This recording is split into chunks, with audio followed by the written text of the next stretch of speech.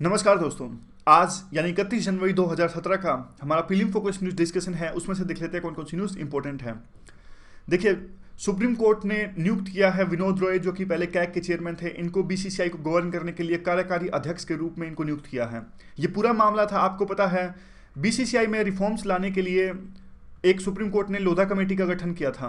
Lodha committee ने अपनी recommendations दी, काफ़ी सारी उनकी रिकमेंडेशंस थी, जैसे कि कोई भी पॉलिटिशियंस या फिर ब्यूरोक्रेट बीसीसीआई में काम नहीं करेगा, 17 साल से ऊपर कोई बंदा बीसीसीआई के अंदर में काम नहीं करेगा, जिसको बीसीसीआई ने मानने से इनकार कर दिया था।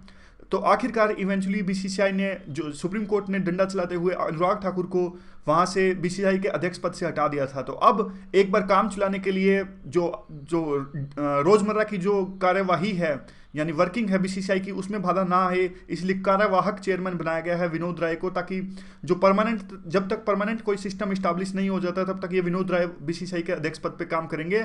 और पूरी कमेटी होगी, बाकी सदस्य भी हैं इनकी कमेटी में, जिस प्रकार से रामचंद्र गुहा, जिनकी बुक हम पढ़ते हैं India after Gandhi, post independence की टॉपिक के लिए, आईडीएफसी जो बैंक भी है, और वैसे काफ़ी और भी चीज़ें हैं इसकी। आईडीएफसी लिमिटेड जो है, उनके एमडी और सीईओ विक्रम लिमाय भी इसमें है, और एक पहले फॉर्मर वुमेन क्रिकेटर थी दीना इडुल जी, ये भी इसमें शामिल है। तो 4 लोगों की ये कमेटी है। तो एक पूरी जब ये कार्रवाई चल रही थी सुप्रीम कोर्ट में, दोनों पक्ष से आए, जिस प्रकार से कपिल सिब्बल ने कहा कि हमें प्रोफेशनल एडमिनिस्ट्रेटर चाहिए, ये जो आपने अपॉइंट किए हैं ये प्रोफेशनल्स नहीं हैं। तो सुप्रीम कोर्ट ने कहा कि देखिए, इनको अकाउंटिंग अच्छी तरह से आती है, इनको क्रिकेट नहीं खेलना वहाँ पर जाकर, और स्मूथ इंप्लीमेंटेशन हो सके लोधा कमेटी के रिफॉर्म्स की, तब तक सिर्फ ये काम करेंगे, और परमानेंट इनको नहीं लगाया गया है। तो ये क्वेश्चन अगर किसी से भी रिलेटेड आए तो हम सिचुएशन के लिए तैयार हैं। अब एक और महत्वपूर्ण मुद्दा है। देखिए, आपको पता है जुडिशली अपॉइंटमेंट में काफ़ी दिक्कत आ रही है, क्योंकि देखिए कोलिजियम सिस्टम, इसको बिल्कुल तह में जाते हैं इस मामले की। आपको पता था कि पिछले साल सेंट्रल गवर्नमेंट ने एक एनजेईसी एक्ट लाए थे, जिससे 6 सदस्यों की कमेटी होगी, वो मिलकर जुडिशरी की जजेस की अपॉइंटमेंट करेगी, और यह सिस्टम एनजेईसी का रिप्लेस करेगा कोलिजियम सिस्टम को। कोलिजियम सिस्टम में आपको पता है, इसमें सीजीआई और प्लस में 4-5 जो 4 सीनियर मोस्ट जजेस होते हैं, यानी सीजीआई प्लस में 4 सीनियर मोस्ट जजेस, ये मिलके जजेस की अपॉइंटमेंट करते हैं। तो इस सिस्टम को रिप्लेस करने के लिए सेंट्रल गवर्नमेंट लाई थी एनजेईसी। अब जुडिशरी ने ये तो निरस्त कर दिया था और कह दिया था कि एनजेईसी जो है कॉन्स्टिट्यूशन की भावनाओं के खिलाफ है, कॉन्स्टिट्यूशनल के बेसिक जो फीचर्स हैं उसके खिलाफ में है। लेकिन जुडिशरी ने यह मान लिया था कि जो अभी सिस्टम है, ये कोलिजियम सिस्टम, इसमें सुधार की गुंजाइश है। तो जुडिशरी ने सेंट्रल गवर्नमेंट को ही कह दिया था कि ठीक है, आप सुधार आप कीजिए, मतलब आप राय दीजिए, सजेशन दीजिए कि क्या कोलिजियम सिस्टम में सुधार हो सकता है। तो उसके बाद में सेंट्रल गवर्नमेंट ने अपनी राय दी मेमोरेंडम ऑफ प्रोसीजर एमओपी के तहत में। तो इसे माना नहीं, सुप्रीम कोर्ट ने कहा कि नहीं, हम आपने जो सजेशंस दिए वो अच्छे नहीं हैं, क्योंकि सेंट्रल गवर्नमेंट ने कहा था, वीटो की बात कही थी सेंट्रल गवर्नमेंट ने। सेंट्रल गवर्नमेंट ने कहा था कि देखिए, नेशनल सिक्योरिटी पर वीटो होनी चाहिए सेंट्रल गवर्नमेंट के पास में। अगर नेशनल सिक्योरिटी के खातिर अगर सेंट्रल गवर्नमेंट कहते हैं कि इस जज को अपॉइंट नहीं कर सकते, तो आप प्लीज़ उस जज को मत अपॉइंट कीजिएगा। लेकिन जुडिशरी ने नहीं माना, उन्होंने कहा नहीं, आप तो नेशनल सिक्योरिटी के नाम पर किसी भी जज का नाम दे दोगे, क्या हम उसे जो है जज नहीं बनाएंगे? तो इस तरह की ये पूरी बात हुई। अब क्या हुआ है, अब देखिए काफ़ी सारी पिटीशंस आई हुई हैं। जुडिशरी जो अपॉइंटमेंट्स है उनका बैकलॉग काफ़ी है। बैकलॉग मतलब जो है नियुक्तियां हो ही नहीं रही जजेस की, इसलिए जस्टिस है वो काफ़ी ज़्यादा डिले हो रहा है। तो इस मुद्दे पर काफ़ी सारी पिटीशंस आई हुई है आम जनता के द्वारा भी, जिसको सुप्रीम कोर्ट टैकल कर रहा है। तो सेंट्रल गवर्नमेंट ने सुप्रीम कोर्ट को कहा कि देखिए, जो ये जुडिशरी के अपॉइंटमेंट का मामला, ये तो हमारे बीच में है ना, हम दोनों मिलके हम आपको और दूसरे सजेशंस देंगे, हमारे बीच में कुछ बेसिक पॉइंट उभर कर आएगा, फिर मिलके जो है आप अपॉइंटमेंट करना और हम फाइल को क्लियर कर देंगे। तो आप दूसरे लोगों की जो पिटीशंस हैं उनको क्यों हैंडल कर रहे हो? तो जुडिशरी ने कहा नहीं, वो तो पिटीशन फाइल करेंगे ही, हम हमारे काम से पीछे कैसे हट सकते हैं? कहने का मतलब देखिए, मेन क्रक्स क्या है इस पॉइंट का, ध्यान दीजिएगा। एक मेन क्रक्स ये है कि सेंट्रल गवर्नमेंट कह रही है कि जो जुडिशरी में डिले हो रहा है ना, इस मामले को हम एडमिनिस्ट्रेटिव लेवल पे हैंडल करते हैं।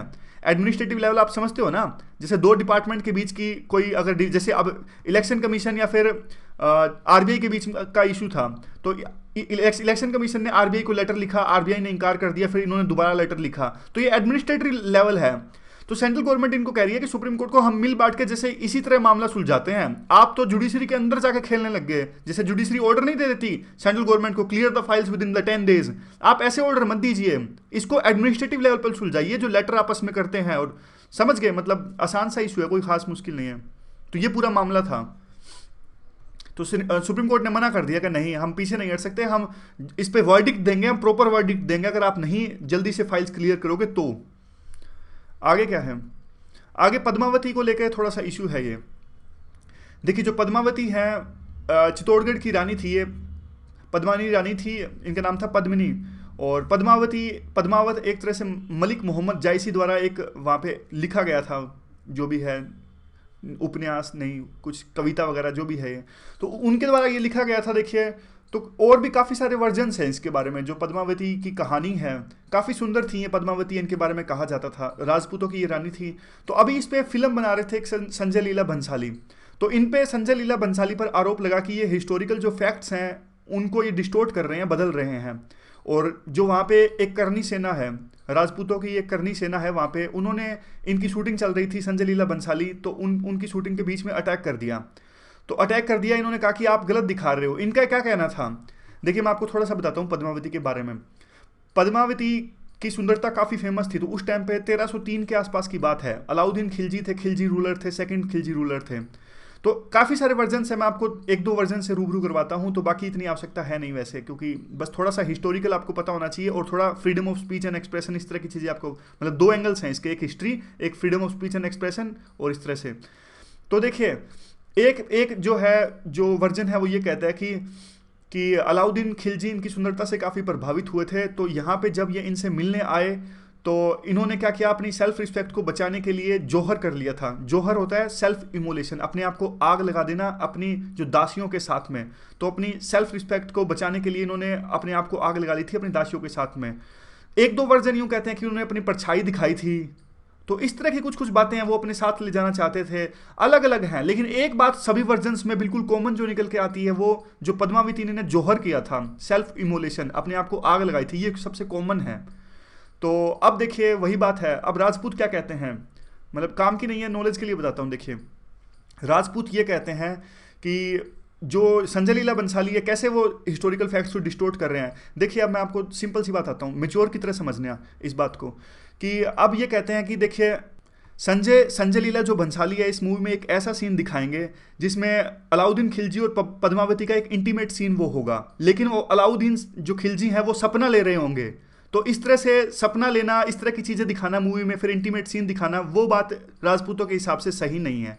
बाकी इनके अपने अपने व्यूज़ हैं। जैसे बंसाली कहेंगे कि नहीं ऐसा कोई सीन नहीं है, freedom of speech and expression को आप उल्लंघन कर रहे हो, ये क्या बात हुई, अगर आपको कोई दिक्कत है तो कोर्ट में जाइए, आप ऐसे कैसे हमला कर सकते हैं। क्योंकि इन्होंने हमला किया था, करनी सेना ने जो इनके इक्विपमेंट्स थे वो तोड़ फोड़ कर दिए थे और इनके क्रू पे अटैक किया था। तो ये सारे व्यूज़ हैं आपस में, एक जो भी आपको मतलब आंसर्स में लिखना हो, एग्जाम्पल कहीं भी देना हो, तो इन सारे फैक्ट्स का कहीं ना कहीं आप यूज़ कर सकते हो। व्यू कुछ नहीं निकलता इन पे, मतलब पता ही नहीं लगता क्या सच्चाई है क्या नहीं है। हम तो पढ़ सकते हैं, सिर्फ जो सबके व्यूज़ पढ़ लो, अपने आंसर्स में यूज़ कर लो, अपना तो यही काम है भाई। आगे देखिए यही है कि उन्होंने बस आपस में इनका समझौता हो गया कि बंसाली कहते हैं कि कोई ऐसा सीन नहीं है और आपको स्क्रीनिंग दिखाएंगे, वो कहते हैं नाम चेंज करो मूवी का। ये तो मतलब ऐसी फैक्ट्स हैं, कोई खास इंपॉर्टेंट नहीं। मेन इनकी पद्मावती की कहानी है। सेंट्रल गवर्नमेंट ने मणिपुर क्राइसिस को खत्म करने की बात कही और त्रिपक्षीय वार्तालाप अभी होगी। तो त्रिपक्षीय में कौन कौन आएंगे, एक तो ये जो यूनाइटेड नागा काउंसिल जिन्होंने मणिपुर के हाईवे नंबर 37 में ब्लॉकेड किया हुआ है, और दूसरे नंबर पे आएंगे देखिए जो ये हैं, काफ़ी महीने हो गए हैं जो यूनाइटेड नागा काउंसिल ने वहाँ पे मणिपुर में ब्लॉकेड लगाया हुआ है। तो एक तरह से ये है एक, ये किस लिए विरोध कर रहे हैं, ये आपको पता ही है कि मणिपुर गवर्नमेंट ने 7 नए डिस्ट्रिक्ट्स की घोषणा करी थी और वहाँ के जो नागा लोग थे उन्होंने कहा कि आप हमारे जो नागा केंद्रित एरियाज़ हैं उनको बांट रहे हो इस नए डिस्ट्रिक्ट की घोषणा करने से, इसलिए उन्होंने इकोनॉमिक ब्लॉकेड लगाया था। अब सेंट्रल गवर्नमेंट का व्यू है, ये पॉलिटिक के क्वेश्चंस हैं, ध्यान से सुनिएगा। सेंट्रल गवर्नमेंट का जो है व्यू ये है कि जो लॉ एंड ऑर्डर आता है वो स्टेट गवर्नमेंट के अंडर में आता है, तो आपकी जिम्मेदारी है ये वहाँ पर लॉ एंड ऑर्डर इंश्योर करना। तो लेकिन स्टेट गवर्नमेंट काम नहीं कर रही, तो सेंट्रल गवर्नमेंट कहती है कि हम दूसरे ऑप्शंस खंगाल रहे हैं। तो याद कीजिए कॉन्स्टिट्यूशन में साफ साफ लिखा है कि अगर स्टेट गवर्नमेंट कॉन्स्टिट्यूशन के हिसाब से काम ना करे तो वो वहाँ पे प्रेसिडेंट रूल लगाया जा सकता है। लेकिन सेंट्रल गवर्नमेंट डरती है क्योंकि पहले उन्होंने प्रेसिडेंट रूल लगाया था, तो बाद में जुडिशरी जो है उसको इनवैलिडेट कर देती है प्रेसिडेंट रूल को। तो सेंट्रल गवर्नमेंट सिर्फ सहायता प्रोवाइड कर सकती है लैंड ऑर्डर मेंटेन करने के लिए। जिस प्रकार से 17,500 सेंट्रल फोर्सेज भेजे, और भी राजनाथ सिंह जो होम मिनिस्टर हैं काफ़ी सारी इन्होंने चीज़ें प्रोवाइड करी। तो आपको व्यू पता होना चाहिए, लैंड ऑर्डर सबसे पहले कौन सी लिस्ट में आता है, ये स्टेट लिस्ट में आता है। और कॉन्स्टिट्यूशन के हिसाब से इमरजेंसी कब लगा सकते हैं, जब वो कॉन्स्टिट्यूशनल ड्यूटीज़ को पूरा ना करें। तो ये कहीं प्रीलिम के हिसाब से 3-4 पॉइंट जो है वो इंपॉर्टेंट है। और भी जैसे इलेक्शन कमीशन, वहाँ पे इलेक्शंस होने वाले हैं, इसलिए भी कंसर्निंग है सारे इश्यूज जो हैं, ताकि वहाँ की इंटरनल जो सिक्योरिटी है वो हर्ट ना हो। आगे जो बिजनेस पेज पे एक इंपॉर्टेंट न्यूज़ है, ये ज्ञान संगम से रिलेटेड है। ज्ञान संगम क्या होता है, प्रीलिम में साफ साफ इस पे पूछ सकते हैं। तो ज्ञान संगम आपको पता होना चाहिए, एक पब्लिक सेक्टर बैंक्स का रिट्रीट है ये। इसमें और भी इंस्टीट्यूशन शामिल होते हैं, जैसे कि गवर्नमेंट के जो फिनेंशियल इंस्टीट्यूशंस हैं या फिर इंश्योरेंस कंपनीज, ये सारे शामिल होते हैं और चर्चा करते हैं और कुछ बातों को लेकर सॉल्यूशंस निकालते हैं। तो इस बार जो होने वाला है मार्च में, उसकी थीम काफ़ी सारी रहेंगी, जैसे डिजिटलाइजेशन पे फोकस करेंगे और आर्टिफिशियल इंटेलिजेंस और बिग डेटा को कैसे यूज किया जा सकता है बैंकिंग के अंदर में। और जो क्रेडिट ग्रोथ है, मतलब लोन देते हैं जो बैंक्स, उस चीज़ को कहते हैं क्रेडिट ग्रोथ। तो उसमें पिछले 6 दशकों में 60 साल में यानी कहते हैं कि ये काफ़ी कम हुई है। जो दिसंबर में जो क्रेडिट ग्रोथ हुई है सिर्फ 5.1%, जो काफ़ी चिंताजनक है। इवन बैड लोन्स जो हैं, एनपीएस जो हैं, वो भी बढ़ते जा रहे हैं। इसको लेकर भी कोई सोल्यूशन निकालने की बात होगी। और जोर देंगे किन चीज़ों पे, बैंकिंग कोरस्पोंडेंट नेटवर्क। बैंकिंग कोरस्पोंडेंट नेटवर्क वो होते हैं जैसे दूर दराज के इलाकों में, गाँव में, बहुत रिमोट एरियाज़ में, जहाँ बैंक जो फिजिकल बैंक है, बैंक की बिल्डिंग्स वाले बैंक्स अवेलेबल नहीं होते। तो ये जो पर्सन्स होते हैं बैंकिंग कोरस्पोंडेंट का काम करते हैं, इनके पास में एक मशीन होती है, कुछ भी मान लीजिए, टेबलेट मान लीजिए। तो ये रिमोट एरियाज़ के लोगों को बैंकिंग सुविधाएं प्रोवाइड करते हैं इस टेबलेट की सहायता से। इनको कहते हैं बैंकिंग कोरस्पोंडेंट। या फिर micro ATM, point of sale machine. Point of sale machine वो होती है जो जिससे स्वैप करके हम पैसा दे देते हैं। और bank board bureau, bank board bureau इसलिए गठित किया गया था क्योंकि जो बैंक के शीर्ष पदों पर जो अपॉइंटमेंट होती है वो बिल्कुल इंडिपेंडेंट वे में और अच्छे से जो मेरिटोरियस अपॉइंटमेंट हो सके। नेशनल एसेट मैनेजमेंट कंपनी यानी बैड बैंक। बैड बैंक एक ऐसा बैंक होता है जो, देखिए, बैंक काफ़ी सारे लोन देते हैं लेकिन कई बार वो लोन नॉन परफॉर्मिंग एसेट में कन्वर्ट हो जाते हैं, यानी वो काम नहीं करते, बैड एसेट में वो कन्वर्ट हो जाते हैं। तो बैंक क्या करेगा, वो सारे लोन इस बैड बैंक को बेच देगा और कुछ पैसे ले लेगा बैड बैंक से। जैसे 100 रुपये, बैड बैंक 100 रुपये का लोन दिया एसबीआई ने मान लीजिए, तो ये बोलेगा कि बैड बैंक को कि देखिए हमने माल्या से 100 रुपये लेने हैं, तो इसके बदले में आप हमें 70 दे दीजिए, आप अपने आप 100 की वसूली कर लीजिए, 30 रुपये इनका बैड बैंक का कमीशन बन जाएगा। तो एक तरह से ये नेशनल एसेट मैनेजमेंट कंपनी है, बैंकों की एसेट का मैनेज करेगी ये है बैड बैंक। तो इन सभी मुद्दों पर चर्चा होगी, समझ गए। बैंकिंग कोरस्पोंडेंट को कैसे स्ट्रेंथन किया जाए, इन चीज़ों को कैसे स्ट्रेंथन किया जाए, बैंक जो ये बैंक्स का बोर्ड ब्यूरो है उसको आगे कैसे ले जाया जाए, तो इन मुद्दों पर चर्चा होगी। अगला जो है पेमेंट बैंक से रिलेटेड ये इशू है। पेमेंट बैंक जैसे कि ये आरबीआई द्वारा कंसेप्चुलाइज किया गया था और अभी इंडिया का जो पोस्ट ऑफिस है थर्ड पेमेंट बैंक के रूप में उभर कर आया है। तो सबसे पहले तो बेसिक यही जान लेते हैं, प्रीलिम में बहुत इंपॉर्टेंट है कि पेमेंट बैंक्स होते क्या हैं। आरबीआई द्वारा बनाए गए थे, पैसे लेते हैं, जैसे माइग्रेंट्स वर्कर्स होते हैं या फिर रिमोट एरियाज होते हैं, उनके लिए काफ़ी महत्वपूर्ण ये है। 1 लाख से ऊपर रुपए इसमें कस्टमर जमा नहीं करा सकते और लोन्स और क्रेडिट कार्ड्स नहीं दे सकते ये। तो ये प्रीलिम के लिए बहुत इंपॉर्टेंट फैक्ट्स है, याद रखिए, क्वेश्चन आया था 2016 में भी आया था। और उसके बाद में क्या है, ये ATM card, debit card, online banking, mobile banking, ये सब इशू कर सकते हैं, कोई दिक्कत नहीं है, लेकिन क्रेडिट कार्ड नहीं कर सकते। डेबिट कार्ड कर सकते हैं, यानी एटीएम कर सकते हैं, लेकिन क्रेडिट कार्ड नहीं कर सकते। एयरटेल था, वो पहला था पेमेंट बैंक, दूसरा पेटीएम है और तीसरा जो है भारतीय एयरटेल, और ये सारे मतलब पहला भारतीय एयरटेल, दूसरा पेटीएम, तीसरा पोस्ट ऑफिस। तो देखिए कैसे काम करेंगे, काम तो देखिए सबका मिला जुला है। जैसे कि पेटीएम आजकल, जैसे पेटीएम काम करता है या फिर काफ़ी भीम नई एप्लीकेशन है गवर्नमेंट की, ये सब काम करते हैं, तो उसका मिला जुला है। ये जैसे किराने पे जाएगा, कोई भी पेमेंट होगी, ये मिक्स है। मतलब जो आजकल जो बैंक्स होते हैं जैसे एसबीआई, आईसीआईसीआई बैंक, उनको मिला के और पेटीएम को मिला के, दोनों का मिक्सचर है ये, और इनको भी यूज करेंगे। जो लोकल किराना स्टोर है उनको भी इस मॉडल में शामिल करेंगे, इन सबको मिला के ये पेमेंट बैंक बनेगा। तो देखते हैं कितना सफल होता है। वैसे एक बात बताऊं, काफ़ी कॉम्प्लेक्स हो गया है, इतनी सारी चीज़ें आ गई, payment bank, small bank, wholesale bank, और इतनी जो अभी इतनी सारी एप्लीकेशंस आई थी, भीम, ये सब थोड़ा आसान बनाना चाहिए सिस्टम। पता ही नहीं लगता कई बार क्या, कौन सा बैंक क्या कर रहा है, कौन सा बैंक क्या कर रहा है। खैर मतलब धीरे धीरे बार बार देखेंगे तो समझ आ ही जाएगा। तो ये अभी क्या है, इंडिया के पोस्ट ऑफिस जो है उसको भी ये पेमेंट बैंक के रूप में काम करना इसने स्टार्ट कर दिया। कल हमारे जो फाइनेंस मिनिस्टर है अरुण जेटली, उन्होंने इसका उद्घाटन किया था। और 4.5 का इंटरेस्ट रेट देगा, काफ़ी कम है। और किन किन पे देगा, 25,000 से लेकर 50,000 पर इतना 5% देगा, उससे कम 4.5%, उससे 50,000 से ज़्यादा 5.5%। ये इंपॉर्टेंट नहीं है, तो ये काफ़ी कम है। वैसे जो एयरटेल का है पेमेंट बैंक वो देगा 7.25%। तो ये है बस, पोस्ट ऑफिस थर्ड बैंक है। सबसे इंपॉर्टेंट यही है, जो पेमेंट बैंक से क्वेश्चन आए तो इन पे आएगा। 1 लाख से ज़्यादा नहीं ले सकते, लोन और क्रेडिट कार्ड नहीं दे सकते, एटीएम डेबिट कार्ड दे सकते हैं, और एयरटेल पहला, पेटीएम दूसरा और ये तीसरा। ऐसे ही पूछते हैं क्वेश्चन, यूपीएससी पूछेगी क्या इंडिया का जो पोस्ट ऑफिस है पेमेंट बैंक वो पहला बैंक है? नहीं, पहला नहीं है, तीसरा है। तो ये छोटे छोटे पॉइंट्स आप फैक्ट्स याद रखिएगा। अब छोटी सी न्यूज़ है पीआईबी की है, श्री राम जो रामविलास पासवान है, तो इन्होंने क्या किया, 7वां जो पे कमीशन है वो अप्रूव कर दिया ब्यूरो ऑफ इंडिया स्टैंडर्ड के एम्प्लॉयज़ के लिए। तो ये खबर हमारे लिए इंपॉर्टेंट नहीं है, लेकिन इंपॉर्टेंट ये है कि जो BIS है ये होता क्या है।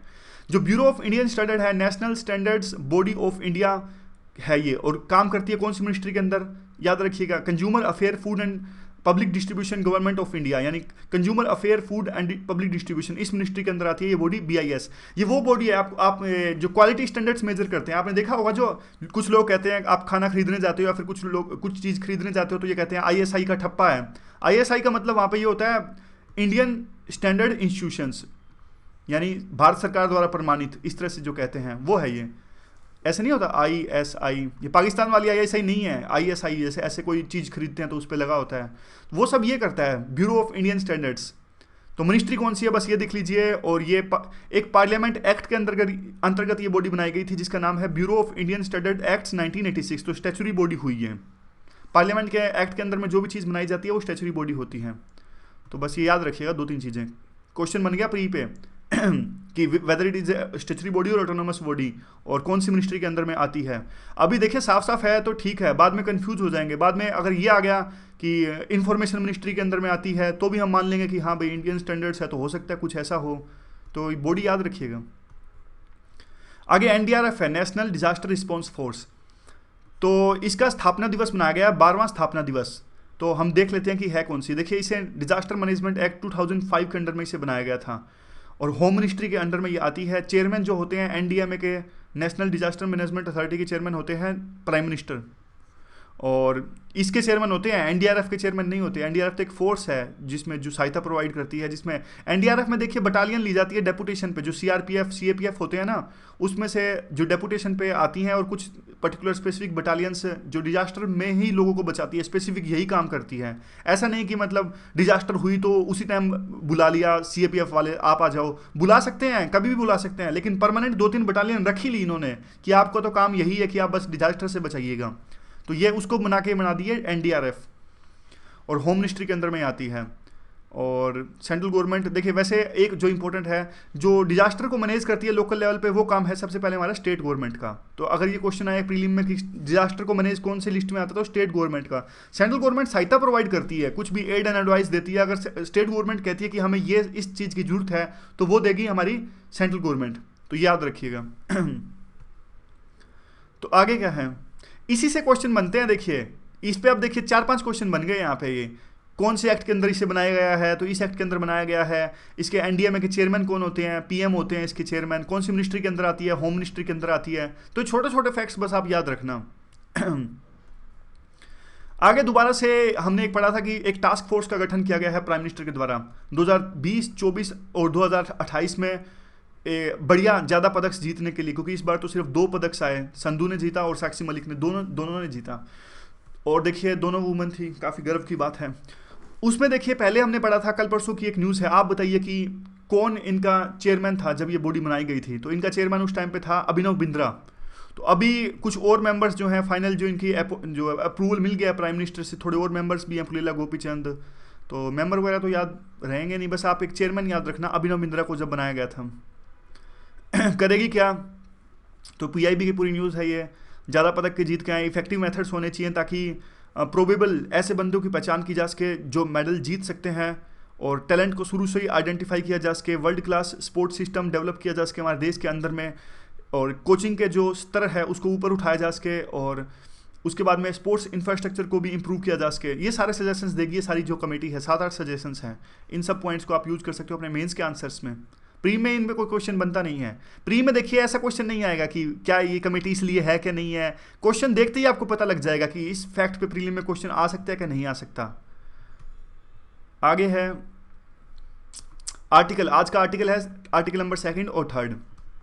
आर्टिकल नंबर 2 क्या कहता है, आर्टिकल नंबर 2 कहता है कि देखिए आप, हमारे संविधान में ऐसा लिखा गया कि नए भारत में नए स्टेट शामिल हो सकते हैं, एडमिशन और इस्टेब्लिशमेंट ऑफ न्यू स्टेट्स। तो अब देखिए एक आर्टिकल नंबर 3 भी है, फिर आर्टिकल नंबर 2 और 3 आपको मतलब समझ में आ जाएगा इकट्ठा। तो आर्टिकल नंबर 2 क्या क्या कहता है, एडमिशन और इस्टेब्लिशमेंट ऑफ न्यू स्टेट्स, यानी न्यू स्टेट्स का क्रिएशन करना, न्यू स्टेट्स को बनाना, नए राज्यों का गठन करना।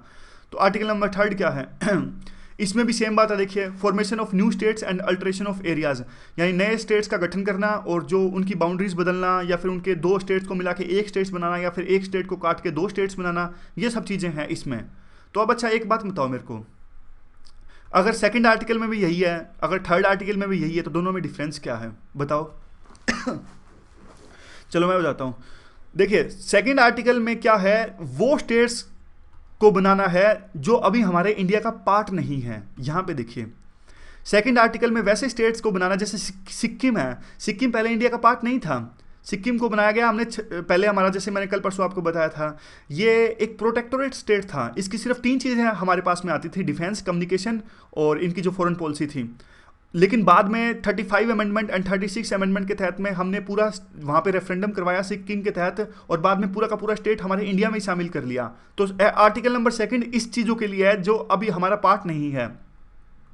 आज मान लीजिए कोई और स्टेट मान लीजिए, ये बात बिल्कुल गलत है, नेपाल का हम नाम नहीं ले सकते, क्योंकि नेपाल तो पहले से ही हम पे आरोप लगाता है कि इंडिया इसकी तरह, सिक्किम की तरह हमें हड़पना चाहता है। कोई भी ऐसा स्टेट मान लीजिए बाहर का जो बाद में जो अपनी इच्छा प्रकट करता है कि हम इंडिया में शामिल होंगे, तो उनको आर्टिकल नंबर 2 के तहत हम हमारे इंडिया में शामिल करवाएंगे। आर्टिकल नंबर 3 क्या कहता है, आर्टिकल नंबर 3 तो हमारे खुद के स्टेट्स के लिए है। जैसे आंध्र प्रदेश को काट के हमने 2 स्टेट्स बनाए, आंध्र प्रदेश और तेलंगाना, और जैसे यूपी को काट के हमने बनाया था उत्तराखंड और यूपी, जो 2 स्टेट्स बने थे, पंजाब को काट के पंजाब और हरियाणा अलग अलग हुए थे जो। तो इस तरह से उनके लिए जो हमारे अभी फिलहाल जो हमारे अंदर जो राज्य हैं, अगर उनमें हम 2 बाउंड्रीज को, 2 स्टेट्स को जमा करके एक स्टेट बनाए, या फिर एक स्टेट को हम अलग अलग करके 2 स्टेट्स बनाए, 3 बनाए, 4 बनाए, वो सब चीज़ें उनको हम इंप्लीमेंट करेंगे आर्टिकल नंबर 3 से। समझ गए, ये डिफरेंस है आर्टिकल नंबर 2 का और 3 का। लेकिन एक और बात आपको बताता हूँ, काफ़ी इंपॉर्टेंट ये बात है, नए, ये काफ़ी जो प्री में बहुत बार क्वेश्चन आता है, ये नए स्टेट को जब बनाना होता है, तो जैसे मैं आपको एग्जांपल देता हूँ, आंध्र प्रदेश को डिवाइड करके बनाना था, आंध्र प्रदेश को डिवाइड करके आंध्र प्रदेश और तेलंगाना बनाना था तो इसका प्रोसीजर क्या होता है, प्रोसीजर ये होता है कि जब प्रेसिडेंट एक चिट्ठी भेजेंगे, रेजोल्यूशन तो नहीं कह सकते, रेजोल्यूशन तो हाउस में पास होता है, नोटिस भेजेंगे, चिट्ठी भेजेंगे, कुछ भी इसको कह लीजिए, एक चिट्ठी भेजते हैं लेजिस्लेचर को, यानी आंध्र प्रदेश की लेजिस्लेचर को भेजेंगे नया स्टेट बनाने से पहले, यानी डिवाइड करने से पहले। अब आंध्र प्रदेश की जो स्टेट लेजिस्लेचर है, वहाँ पे जो असेंबली है, वो कुछ भी करे, वो उस चिट्ठी को पास करे, रिजेक्ट करे, कोई लेना देना नहीं है। बस प्रेसिडेंट का काम एक बार सूचित करना है असेंबली को, ठीक है हम करने जा रहे हैं। ये मतलब हमारे संविधान में साफ साफ ये चीज़ लिखी हुई है, यानी कंपलसरी है प्रेसिडेंट को ये प्रोसीजर फॉलो करना। जब भी वो किसी राज्य को डिवाइड करेंगे तो पहले उनको एक चिट्ठी वगैरह लिख के बताना पड़ेगा, और टाइम भी बता सकते हैं कि इतने टाइम के अंदर अंदर वापस भेजना होगा। ये मैटर नहीं करता कि वो, जैसे आंध्र प्रदेश की असेंबली ने तो मानने से इनकार कर दिया था प्रेसिडेंट की जो चिट्ठी थी, उन्होंने कहा कि नहीं हम नहीं मानते, आप हमारे जो राज्य को डिवाइड कर ही नहीं सकते, क्योंकि आंध्र प्रदेश की जो वहाँ पे असेंबली थी ना, वो चाहती नहीं थी कि आंध्र प्रदेश को डिवाइड किया जाए। और एक और चीज़, सबसे इंपॉर्टेंट प्री का क्वेश्चन इस पे आता है, तो आप बताइए इसका आंसर क्या, जब हम नया राज्य बनाते हैं तो कॉन्स्टिट्यूशनल अमेंडमेंट होती है या नहीं होती? सोच लीजिए, काफ़ी आसान सा क्वेश्चन है। देखिए नया राज्य जब हम बनाते हैं ना, कॉन्स्टिट्यूशनल अमेंडमेंट हमारी नहीं होती, मतलब कहाँ चेंज करेंगे ना, आप खुद सोच के देखिए। एक पहला दूसरा तीसरा आर्टिकल हमने देखा, सिर्फ प्रोसीजर लिखा हुआ है ना, पहले में यूनियन ऑफ इंडिया, दूसरा तीसरा ये था, लेकिन वहाँ पे ये तो कभी कहीं नहीं लिखा हुआ, वो तो शेड्यूल में लिखे हुए हैं ना कौन कौन सा एरिया है, तो शेड्यूल में चेंज होएगा, तो कॉन्स्टिट्यूशनल अमेंडमेंट नहीं होगी इसके लिए, सिंपल मतलब ऐसे राज्य बन जाएगा। ये क्वेश्चन पूछते हैं काफ़ी बार, to make a new state whether we need the constitutional amendment और notes, so always remember this thing, we don't need to pass any constitutional amendment to make a new state. आगे आज की environment की जो institution है वो है हमारी एजेंडा 21। एजेंडा 21 के बारे में आपने काफ़ी बार सुना होगा, ये एक एक्शन प्लान है यूनाइटेड नेशंस का। हमने पढ़ा था UNFCCC को बनाया गया था अर्थ समिट के दौरान में, अर्थ समिट के दौरान में ये भी था, एजेंडा 21 भी था। यहाँ पे एजेंडा का मतलब है 21, यानी 21वीं शताब्दी। अब एजेंडा 21 में काफ़ी सारी चीज़ें थी, देखिए हम सस्टेनेबल डेवलपमेंट लाएंगे, हम ये करेंगे, हम ग्लोबल जो एमिशंस हैं उसको नहीं करेंगे, तो ये बिल्कुल जो बेसिक बातें होती हैं उनको फॉलो किया गया था। बस क्वेश्चन आएगा तो एजेंडा 21 याद रखिए। एजेंडा 21 में 21 क्या है, 21 है 21वीं शताब्दी, 21st सेंचुरी। और ये कब पास किया गया था? ये पास किया गया था 1992 में अर्थ समिट के दौरान में। और ये अर्थ समिट कहाँ हुआ था? रियो डी जेनेरियो में, ब्राज़ील में ये हुआ था। और ये एक्शन है, एजेंडा है यूएन का। यूं भी पूछ सकते हैं क्या ये यूएन का एजेंडा है? हाँ जी, यूएन का ही एजेंडा है। और वैसे काफ़ी सारे दूसरे मल्टीलेटरल ऑर्गेनाइजेशन ने भी इसमें पार्टिसिपेट किया था, सिर्फ यूएन का तो नहीं कह सकते। और जो सबसे इंपॉर्टेंट जिस पे क्वेश्चन पूछता है UPSC, it is non binding. Binding नहीं था ये, मतलब जो प्रिंसिपल या फिर जो रेजोल्यूशन इसमें फॉलो किए गए थे, डिसाइड किया गया था, वो बाइंडिंग नहीं थे। अब आज की स्कीम क्या है? आज की स्कीम है प्रसाद। प्रसाद देखिए, इसमें भी 12 सिटीज़ हैं। कल हमने हृदय पढ़ा था और आज है प्रसाद। इसमें हेरिटेज को कंजर्व करेंगे, ब्यूटिफिकेशन यानी उनको देखिए संवारेंगे, सजाएंगे और साफ़ सफाई का ध्यान रखेंगे। उन हेरिटेज सिटीज़ में एक्सेसिबिलिटी की, सर्विसेज की एक्सेसिबिलिटी और अफोर्डेबिलिटी पर भी ध्यान देंगे। तो ये सारी चीज़ें हैं। कौन कौन से 12 सिटी हैं? यहाँ पे देखिए, ये 12 सिटी हैं: अमृतसर, अजमेर, मथुरा, केदारनाथ। क्या याद हो जाएंगे? एक सुपरमैन को भी याद नहीं होंगे ऐसे, इतना इतना अगर याद करना तो हमने स्टार्ट कर दिया। तो अगर कर भी लोगे तो देखिए याद तो हो जाएंगे, ऐसी कोई बात नहीं है, लेकिन टाइम वेस्ट है ना। मतलब आपके जो एफर्ट्स हैं वो काफ़ी कीमती हैं। सही जगह पे सही एफर्ट्स लगाना सबसे बहुत महत्वपूर्ण है। और एक जो इंपॉर्टेंट फैक्ट्स है वो मैं आपको बताऊंगा कौन सी चीज़ याद रखने की जरूरत है।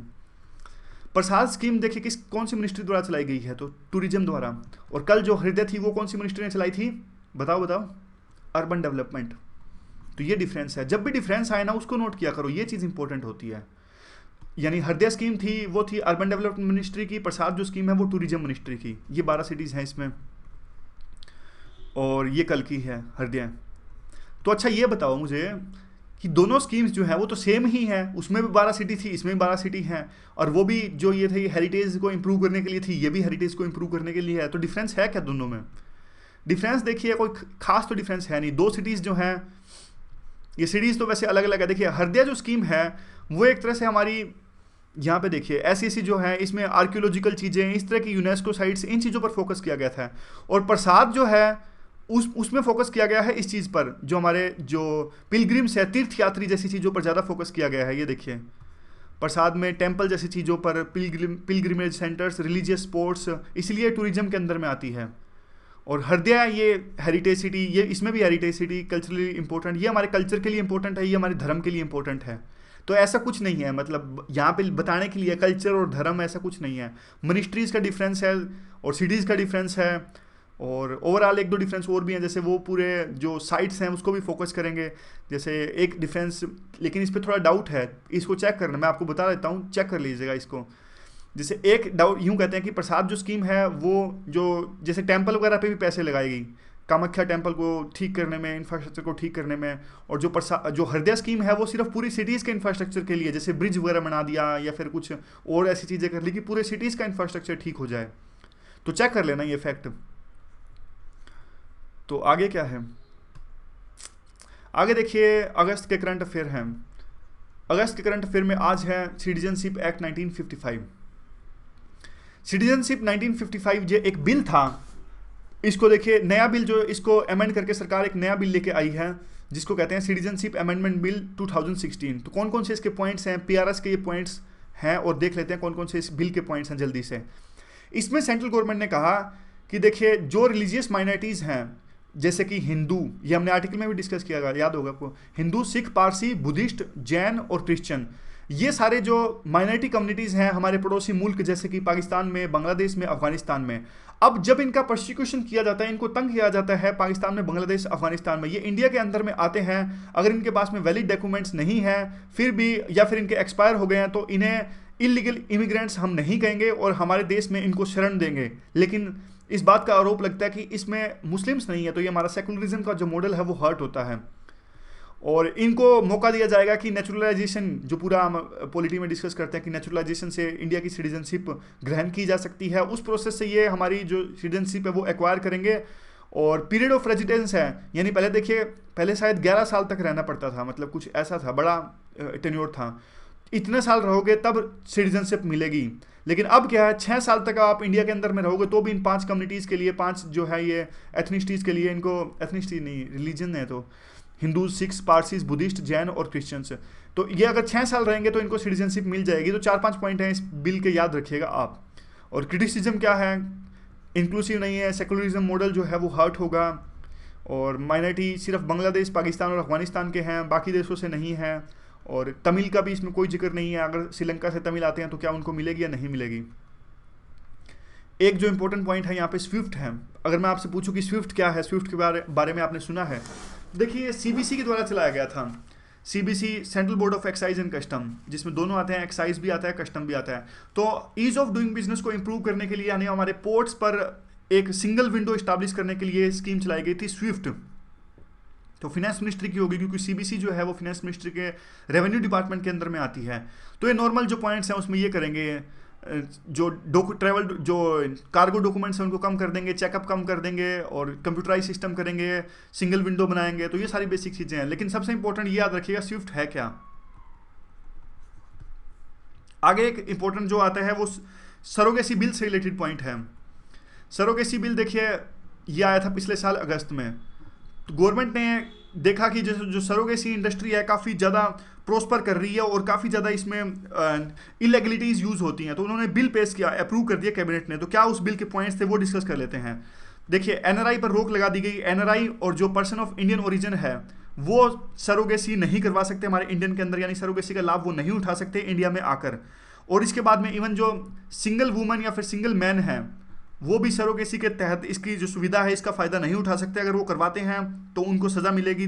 बाद में देखिए इसमें 10 साल की सज़ा का भी प्रावधान है, वो तो इंपॉर्टेंट नहीं है। बिल के और पॉइंट्स देख लेते हैं, यानी सिंगल वुमेन और सिंगल जो मैन है वो भी सरोगेसी का फ़ायदा नहीं उठा सकते। अगर देखिए कोई कपल जिनका बच्चा नहीं हुआ, अगर वो सरोगेसी का फ़ायदा उठाना चाहते हैं तो 5 साल तक उनको इंतज़ार करना पड़ेगा। उनकी जो लीगल मैरिज है उनको कम से कम 5 साल होने चाहिए।